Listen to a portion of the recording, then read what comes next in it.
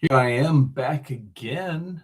Welcome back to my channel here at Chew Digest on YouTube. I'm Michael Loomis, and I'm here now every night with you for the last, tonight makes night number 6. I'm building a habit.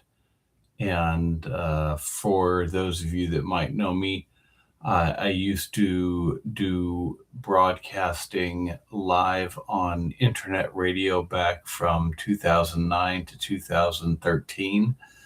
I produced some 1,500 broadcasts. I ran uh, an internet radio station from a studio I had built into my home, and that was uh, that was a lot of fun. That was at a time when you couldn't just broadcast live on YouTube. YouTube only allowed you to upload videos that you recorded somewhere else.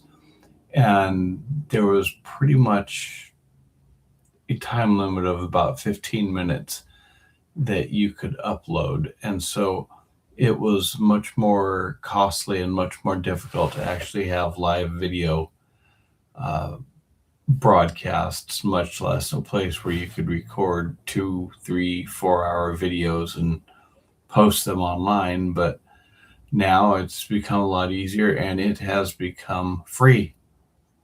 Back then it would have been expensive to do this. It would have been $500-$600 a month. And this technology here with YouTube is just another example of how, with the growth of technology, how things become less expensive. We are quickly moving to a future where there are going to be a lot less entry level and even mid range level jobs, especially jobs related to uh, jobs where the human beings are the component to input and extract data, because of agents that are now being created through technology. We are living in an unprecedented time. People say, "Well, how am I going to make money if I can't work?" Well, it's not. That's not an easy a question to answer. It's not always a fun conversation to have, but the reality is, just like anything else, like this technology right here, this is something that would have, like I said, back 15 years ago, this would have cost hundreds of dollars a month to do just this. And now it's free. And that's the future we are moving towards. That's the future we are living in. That it's not that we're going to have to somehow make money without jobs. It's just the things that we now have to pay for are going to eventually not cost anything, if you will. And I know I'm going to be talking about that in future episodes. And it's the future we're moving towards. I mean, think about today where we're at with technology and uh, AI and smartphones, and we are entering another phase of the internet, if you will. Think about today, much like people were thinking about the internet back in 1993, back before Windows 95, or even back before there was such thing as an Internet Explorer, or the vast number of browsers that we can choose from. I mean, these things, there were times, back when you'd turn on the TV and you'd turn on Channel 4 and there's Bryant Gumbel and Katie Couric sitting there, and I know most of you younger people aren't going to know who they are, but back then they were like the famous newscasters of the day, and they were like, "What is this email stuff? And what is this www? And what's a mouse for?" I mean, it's just that was a time before things like Google and I mean, there was email back then. There were list groups, listserv, internet forum messaging group kind of things, if you will. Um, and, it was like back when I bought my first book on Amazon.com. The first purchase I ever made on Amazon.com was an interlinear version of the Hebrew scriptures. And I remember going on Amazon.com thinking, why in the world is a bookstore online called Amazon.com? There was a lack of connection. I'm not 100% sure what the full meaning is behind that. I'm sure if I ask ChatGPT, it'll provide me with an answer. So we'll see what happens. And yet now Amazon.com is pretty much ubiquitous to everybody's knowledge and understanding of how it is we do shopping. And that's only 25 years later. So if we are today in the space related to technology that we would have been in, let's say in 1993, before high-speed internet really was even available to people in their homes at all. Gosh, I remember back in like 1998, 1997 in there where they would talk about how there was going to be broadband available in people's homes. And I was like, what in the world is broadband? I didn't even have a computer yet, much less a way to access the internet. And even when I did get my first computer, guess what? I was on dial-up, killing the phone line to listen to a bunch of noise and get on the internet real slowly. And, things that we look at today and we don't even think about, we're kind of at that point, we're at another inflection point where we have an opportunity to get ahead of the curve. There are more opportunities in front of us that are going to provide certain people with situations that are, that are going to find a problem, and they're going to provide a solution, much like Jeff Bezos did, much like the founders of Google did, or Elon Musk, or any of these people that are what we would call billionaires. Those opportunities are still out there in front of us, if you will.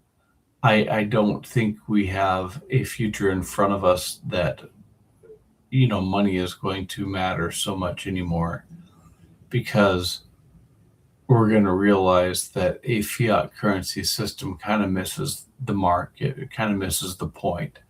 And so if you're somebody wondering where we're going to be and how you can put yourself at the front of the line, if you really want to be somebody that is influential, like a Jeff Bezos or an Elon Musk, you've got to start thinking ahead futuristically for what some of those needs are going to be. And those are tough questions to find the answers for, and maybe it'll be just as simple as opening up, ChatGPT, Google, Gemini, Microsoft Copilot, Grok, Meta AI. Sorry, I didn't understand. Thanks, Google. um, and being able to ask them what kind of things, what kind of signs should I be looking for as a way to put myself at the forefront of the future of technology. Sounds like a good idea to me. I might do that myself tonight after I'm done with this. But that's what I'm doing. I'm trying to figure out what is going to be the future, and I'm about ready to get off this high horse because I came here tonight to answer the question of who am I. I wanted to share some more about who I am, where I came from, and I want to do this for my future generations, my kids, my grandkids, my great grandkids, because I do believe it's technologies like these, something as simple as writing down your past, what your memories are, what you hope for, what you dream for, what you lived like, so that your kids and grandkids can find these things and, at the very least, watch you speak into a camera and talk to them as though you have full expectation that there's going to be someday that they're going to be looking for something like this, that they're going to want to see who their grandfather or great grandfather was. Me. And I need a drink of water here, real quick.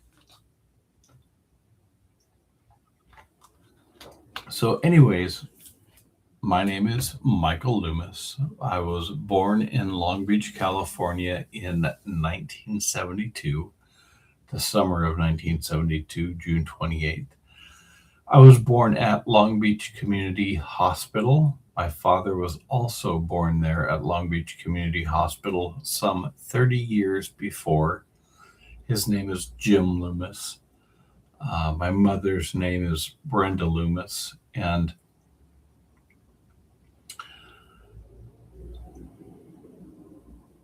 I consider myself somebody very fortunate to have been born when I was. I got to experience growing up in the 1970s. I got to grow up through the 1980s when we got to listen to music from the punk era, the post-punk era, rock and roll, new wave, even, Depeche Mode, getting to go see Depeche Mode in concert when they were young, and doing that twice. And there were a lot of other people I went and saw in concert thanks to my sister Jenny. She was 4 years older than me, and I got to be the tag along little brother that got to experience the older things that the older teenagers were doing. And that was actually pretty dang cool. I'm glad I wasn't any younger because I probably would have been prevented from getting to hang out with that crowd and getting to experience some of those things that older teenagers were doing. But anyways, back to when I was a kid, some of my youngest memories were playing with a friend of mine. His name is Rick Countryman, and he lived behind me. He was on the other side of the fence, and our mothers became friends over that fence, because I don't know, they were both out in the backyards doing work in the yard. They heard each other. They both heard that they had kids about the same age, and eventually one of the parents probably needed some babysitting and said, "Hey, can Mike come over and play with Richard, or Richard come over and play with Mike?" And next thing you know, that's where best friends begin. And so I think my mom's first memory of now we call him Rick, was Leslie having his mother having brought him over, walked around the block. We're only second house from the corner, so it's a real short trip around the block. And he comes walking in the front door, and what does he do? He trips on the wooden block that leads right into the front door, and that was my mom's first memory of him coming in our house.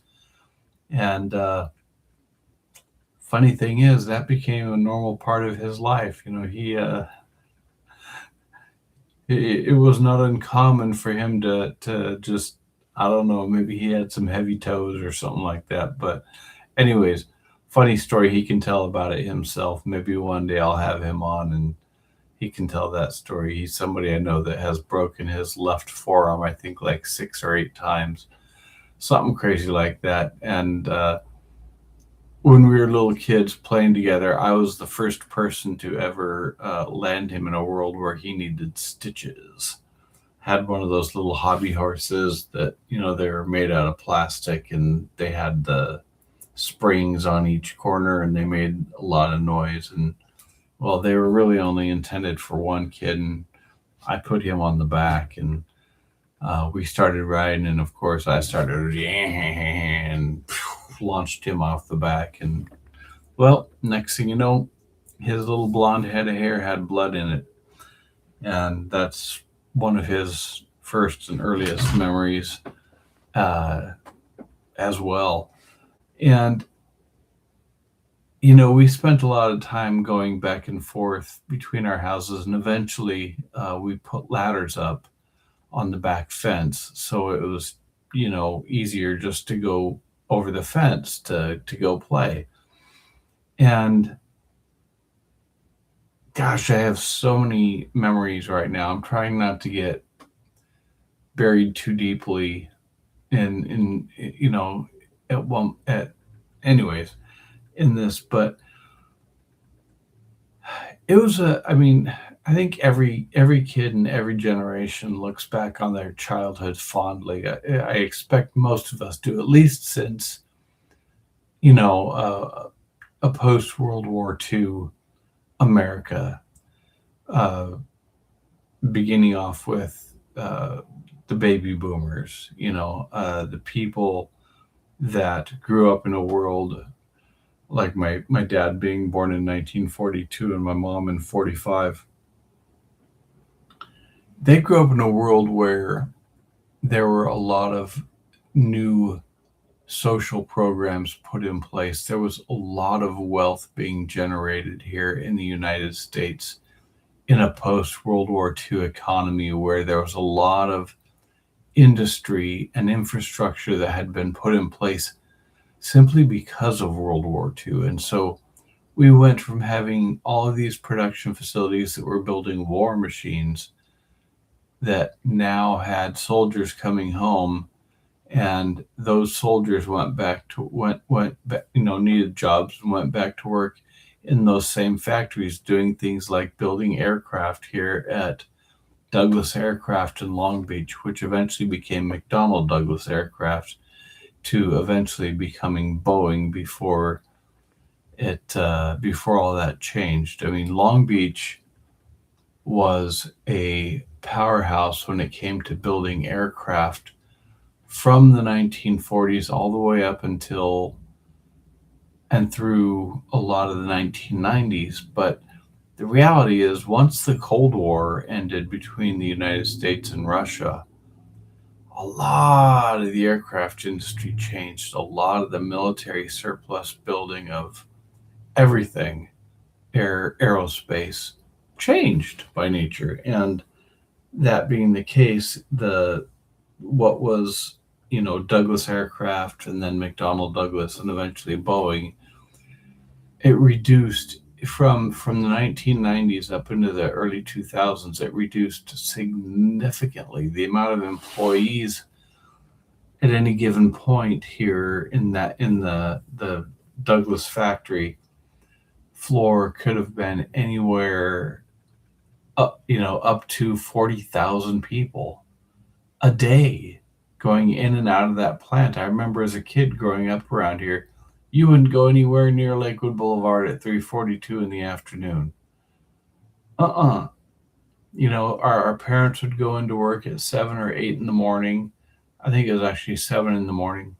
and they would have a 42-minute lunch, and then they would be done at 3:42 in the afternoon. And having been born in 1972, there were a lot of us kids, born in the 60s, born in the 70s, that it was just natural for us to think, okay, well, maybe I'll go to work for McDonnell Douglas too. And I did for a short time. And, I went in as a draftsman. And so that meant I sat behind a big desk and I got to draw on big pieces of vellum paper, if you will. And that was kind of cool, but quite frankly, it was kind of boring for me. I was more of a hands-on guy. I liked working with cars and electronics. But anyways, back to when I was a kid. So the first few years of my life, the first 5 years of my life were pretty darn cool. Had a lot of fun with friends, got to play with Lincoln Logs, and eventually I got into Lego. I got into Lego quite a bit, a lot. Um, I was a kid that probably should have worn a helmet because I was very adventuresome. I would get out and I would do crazy things, and inevitably I would land on my face. And I mean, I got scars. You can see over here. You can see a scar that's goes up here, and it went up. Used to go up into my hairline. That was actually from a car accident, but gosh, I can't tell you how many times I ended up in the emergency room at Lakewood Regional Hospital. And there was even one time they kept me overnight because I had twice in 1 week. My mom ends up taking me into the same hospital emergency room with injuries to my head. And rightly so. The second time they said, we're going to keep him for observation and maybe ask a few questions, because I think they had a suspicion that there was something funky going on with child abuse. Well, it wasn't that. It was me being adventuresome and going out and playing in my aunt's backyard and walking around on a little brick stub wall and falling off of it and landing and hitting my cheek right here. And I can still feel right there like a little divot in my cheekbone from where I hit that little brick wall. Gave me a concussion. And then I think it was like 5 days later, I was playing down at my friend Jerry Van Rui's house. His house was down in the middle of the block. And we were up on top of the top bunk bed, and we were reading from a book of all things. I think I was 4 or 5 years old, and it was one of these adventure books where you could choose your own adventure. And he kept saying, here, move back a little bit, because it was a big book and we needed to open it up. And I moved back one more time, and next thing you know, whoosh, I went off the edge of the bed and landed straight on top of my head, and it was a hardwood floor. Next thing I remember was waking up in his mom's bedroom, and she was leaning over the bed looking at me, calling my name, wake up, wake up. And she had an accent. I can't remember whether it was like a Norwegian or Swedish accent. Well, maybe it was Dutch, because it was Van Rooy was their last name. I can still find him on Facebook. Anyways, and she actually let me walk home. I remember I had a pretty good headache on me. And so she sent me home on my way home, called my mom, and let her know that I was coming home. I come to the front door, and I came in the house, and I told my mom, I said, I'm going to go lay down. I'm tired. And my mom's like, no, you're not supposed to fall asleep after you got a concussion right away. Anyways, another one of those early childhood memories. Another thing that happened to me when I was younger is I ended up having some health problems related to how my bladder functioned. And so I remember going into the the hospital for some examinations and testing and stuff like that. The name of that doctor was Dr. Schanberg, um, Alan Schanberg, I think it was. And at that time, the thing I was dealing with, the condition I was dealing with, was something that people that had it wouldn't have lived beyond 35, 40 years of age because there was no solution to it back then. But this guy, Alan Schanberg, was pioneering a new medical procedure that would fix the problem and extend the life of the recipients of that procedure. And I was one of the lucky first kids. I was one of the experiments. And I remember being in the hospital for about 2 weeks the first time around. I had to have the surgery again a second time some 4 years later because the first time didn't hold. Um, but I remember spending 2 weeks in the hospital and finding out just how good morphine felt. Being in so much pain after the first surgical procedure, being held in ICU, and when the pain medication from the surgery wore off, I woke up and I was like, oh. And I remember them telling me they needed to give me a shot with this, what appeared to be a really long needle in the top of my right leg. And I'm like, no. And the nurse told me, oh, it's not going to feel too good, but the second time around, you need this again. You're going to be like, don't worry about it. Go ahead. And boy, he was not wrong. My first experience with opiates. So the thing is, though, boy, they only gave that to you for about 3 days before they switched over to like Tylenol or whatever it was at the time, aspirin, maybe. But I was in the hospital for 2 weeks with that. After that procedure, they even let me, as a little kid, sit there and pull some of these tubes back out of my abdominal area that they had in me for draining fluids. Uh, and, like I mentioned, I had to go through that procedure again when I was 10 years old. And, honestly, I could go into more gruesome details, but it kind of left me traumatized in my experience with wanting to ever go into a hospital again for any kind of medical procedures.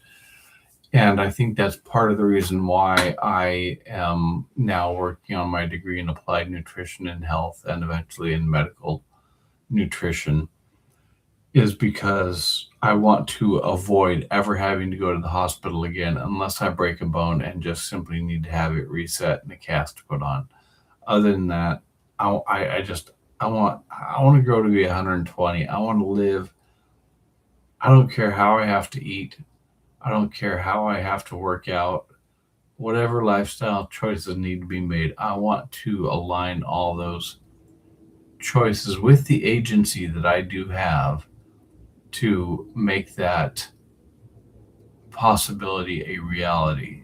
I don't want to sit back and say, que sera, sera, because whatever will be will not be with me. I want to get ahead of this curve.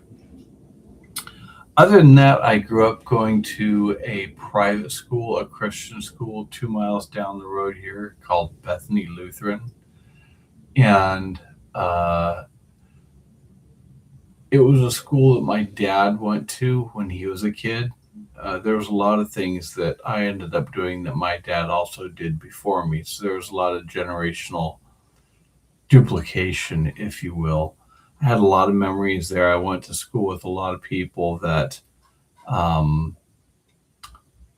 were with me in all the classes from first till eighth grade when I ultimately left the school.